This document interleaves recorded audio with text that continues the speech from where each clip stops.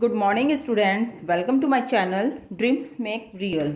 Students, my name is Dipali and today I am going to discuss with all of you 6th class English worksheet. Worksheet number 23 dated on 16th of December 2020. बच्चों आज की इस worksheet में हम लोग आपके chapter fair play से जो लास्ट वर्कशीट आई थी 22 उसी को ही आगे कंटिन्यू करेंगे। तो देखिए बच्चों, हमने उसमें देखा था फेयर प्ले में हमने लास्ट वर्कशीट में काफ़ी कुछ पढ़ लिया था। तो आज सबसे पहले हम लोग फन फैक्ट देख लेते हैं। Do you know in a village adultly and wise people are chosen by the local community to settle fights between individuals and villages. क्या आप जानते हैं कि एक गांव में जो बड़े बूढ़े लोग होते हैं और जो बुद्धिमान लोग होते हैं वो चूज़ किए जाते हैं, जो लोकल कम्युनिटी होती है उसमें से चूज़ किए जाते हैं ताकि झगड़े को सुलझाया जा सके और झगड़ों को निपटाने के लिए इस तरह के लोगों को लोकल कम्युनिटी के द्वारा चूज़ किया जाता है। This assembly of 5 elders is known as the panchayat. और यह जो लोग हैं 5 लोगों की इस तरह की असेंबली को हम पंचायत का नाम देते हैं। The leader of the panchayat is called as mukhiya और सरपंच। और लीडर, पंचायत के लीडर को मुखिया या सरपंच के नाम से जाना जाता है। देखो ये 5 लोग बैठे हुए हैं और ये पंचायत कहलाती है। गांव में बनाई जाती है छोटे मोटे झगड़ों वगैरह को सुलझाने के लिए, इसको हम पंचायत बोलते हैं। तो बच्चों आगे देखिए, let us do a recap of our previous worksheet. Match the phrases in column A with the phrases in column B and frame complete sentences। हमें मैचिंग करनी है, कॉलम A को कॉलम B से मैच करना है। तो देखते हैं बच्चों, हम A को किससे मैच करेंगे। Jumman and Algu were good friends, अच्छे दोस्त थे। Jumman and Algu were good friends. Jumman old aunt transfers her property to Jumman. Jumman की जो ओल्ड आंट थी उन्होंने अपनी प्रॉपर्टी जुम्मन को दे दी थी।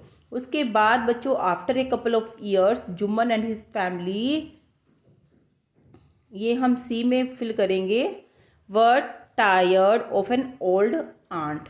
उसके बाद बच्चों ये सी हो जाएगा, ये ए हो जाएगा और ये बी हो जाएगा। डी देख लेते हैं। जुम्मन वाइफ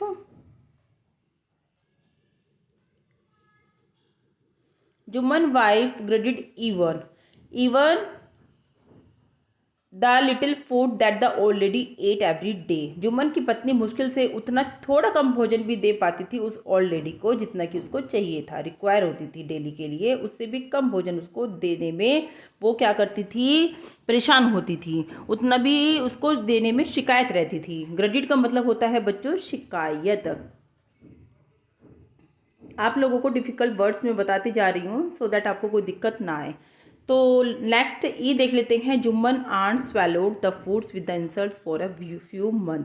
जुम्मन की आंट कुछ समय के लिए तो इस इंसल्ट को, कुछ महीनों के लिए तो बर्दाश्त करती रही, स्वेलो पीती रही इस इंसल्ट को कम भोजन के साथ। लेकिन बाद में एक पेशेंस की भी लिमिट होती है, बाद में उनका गुस्सा, पेशेंस सब टूट पड़ा था। तो इस तरह से ई में आ जाएगा हमारा ये वाला ऑप्शन। तो बच्चों इस तरह से आपने सारे मैचिंग कर दिए हैं। आप अपनी कॉपी पेंसिल साथ में लेकर बैठा करो बच्चों, ताकि आपको कोई दिक्कत ना हो, और वीडियो को पॉज करके आप अपनी वर्कशीट कंप्लीट करते रहिए कॉपी में। उसके बाद बच्चों हम आगे देख लेते हैं। Let us find out what happens next in the story. चलिए अब हमने पहले पढ़ लिया था, अब हम आगे देखते हैं आगे की स्टोरी में क्या है। One day she spoke to Jumman, my son, it is now obvious that I am not wanted in your house। एक दिन वो जुम्मन की आंट जुम्मन से बोलती है कि मेरे बेटे, यह तो स्पष्ट है कि अब तुम्हारे घर में मेरी कोई ज़रूरत नहीं है। Kindly give me A monthly allowance so that I can set up A separate kitchen. तो कृपया करके मुझे मेरा मंथली भत्ता मुझे देखते रहिए।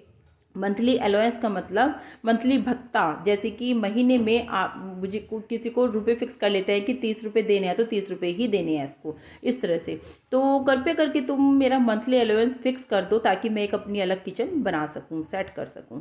माई wife knows best how to run the house. Jumman क्या कहता है कि मेरी पत्नी अच्छे से जानती है कि किस तरह से घर को अच्छे से चलाया जा सकता है। बी पेशेंट, थोड़ी सा पेशेंस रखिए। जुम्मन इस तरह से शर्मिंदा होते हुए कहता है, हालांकि उसको भी तो पता है कि उसकी आंट के साथ कैसे इंसल्ट हो रही है, लेकिन फिर भी वो कहता है कि थोड़ा पेशेंस रखिए।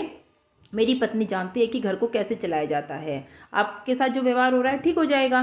This made his aunt very angry, और इससे उसकी जो आंट थी बहुत ही गुस्सा आ जाता है उनको। एंग्री का मतलब गुस्सा आ जाता है। And she decided to take her case to the village panchayat, और वह निर्णय कर लेती है कि वो अपने केस को, अपने इस मुद्दे को विलेज की पंचायत तक लेकर जाएगी। इसीलिए यहाँ पर बच्चों ऊपर पंचायत का जिक्र आया है कि जो गांव के मुखिया और बुद्धिमान लोगों से मिलकर एक पंचायत बनाई जाती है 5 लोगों की समूह, तो वहाँ तक जाएगा ये इसका matter. For many days the old lady was seen talking to the villagers, explaining her case and seeking their support. कुछ दिनों तक तो ओल्ड लेडी जो गांव के लोग थे उनसे बातें करती रही, उन्हें अपना एक्सप्लेन करती रही, अपना मुद्दा, और उनसे सपोर्ट ढूंढती रही। सम सिंपैथाइजेस विद हर, कुछ उसके साथ करुणा दिखाते थे, दया दिखाते थे। अदर्स लाफ एट हर, और कुछ उस पर हंसते थे। And a few others advised her to make it up with his nephew and his wife. तो इस तरह से बच्चों इसके मुद्दे का ना, कुछ लोग जब वो लेकर गई गांव गांव में बोलती रही कि मेरे साथ ऐसा अन्याय हो रहा है, ऐसा हो रहा है, तो कुछ लोगों ने उसे कुछ सलाह दी और कुछ लोगों ने उसे कुछ सलाह दी। तो इस तरह से आगे का हम आगे के चैप्टर, आगे की वर्कशीट में पढ़ेंगे। चलिए अब हम इसका टास्क कर लेते हैं। Question number 2, on the basis of your reading choose the correct word meanings from the help box and right them in the space provided. Allowance का मतलब बच्चों क्या होता है, जल्दी से बताइए। मैंने अभी आपको बताया है एन अमाउंट ऑफ मनी। यहाँ पर आप लिखोगे एन अमाउंट ऑफ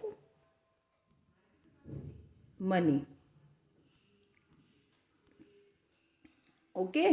सेकंड है पेशेंट। पेशेंट का मतलब क्या होता है, टू स्टे काल्म, शांत रहना, गुस्सा ना करना, बर्दाश्त करना, उसको हम कहते हैं पेशेंस।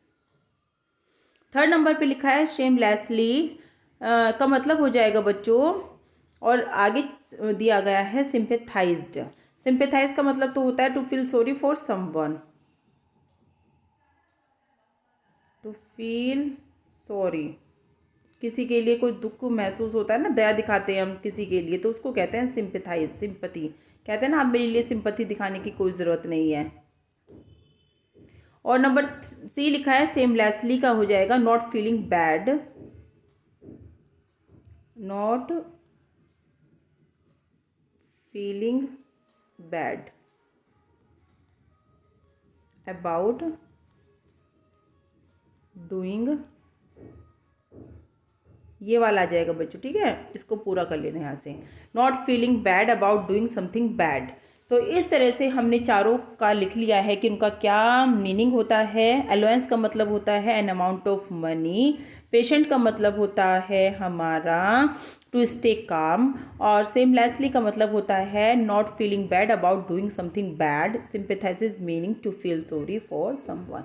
तो इस तरह से बच्चों आज की हमारी easy and interesting worksheet complete होती है। आपने मेरी हेल्प से इस वर्कशीट को कंप्लीट कर लिया है। आपको वीडियो अच्छी लग रही है तो वीडियो को लाइक और चैनल को सब्सक्राइब जरूर करना। Thank you.